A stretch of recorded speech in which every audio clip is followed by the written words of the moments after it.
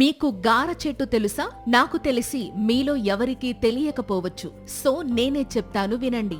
బలనైటిస్ ఈజిప్టికా అనే శాస్త్రీయ నామం కలిగిన గార చెట్టులో ఉండే ఔషధ గుణాల కారణంగా దీని బెరడు, పండు గుజ్జు, విత్తనాల నూనెను ఆయుర్వేదంలో అనేక రకాల రోగాలను తగ్గించేందుకు ఉపయోగించేవారు. మరి గార చెట్టు వల్ల కలిగే హెల్త్ బెనిఫిట్స్ ఏంటో ఇప్పుడు తెలుసుకుందాం. ముఖ్యంగా వైరల్ హెపటైటిస్ అదేనండి జాండీస్ తో బాధపడేవాళ్లు గారపండు గుజ్జుకు సమానంగా తెల్ల గలిజేరు వేరు పొడిని కలిపి మెత్తగా నూరి దానితో శనగగింజ సైజులో మాత్రలు చేసి పూటకు 2-3 మాత్రల చొప్పున 3 పూటలు సేవిస్తూ ఉంటే కామెర్లు తగ్గే అవకాశం ఉంటుంది.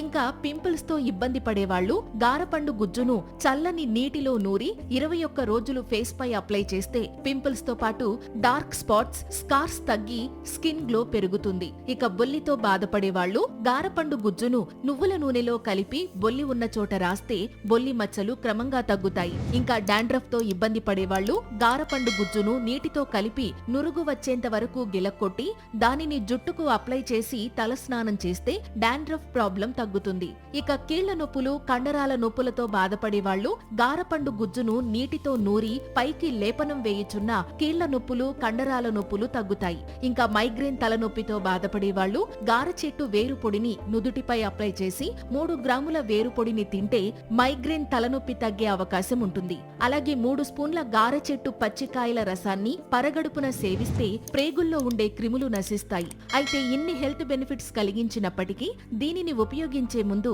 ఆయుర్వేద నిపుణుని సలహా తీసుకోవాలి.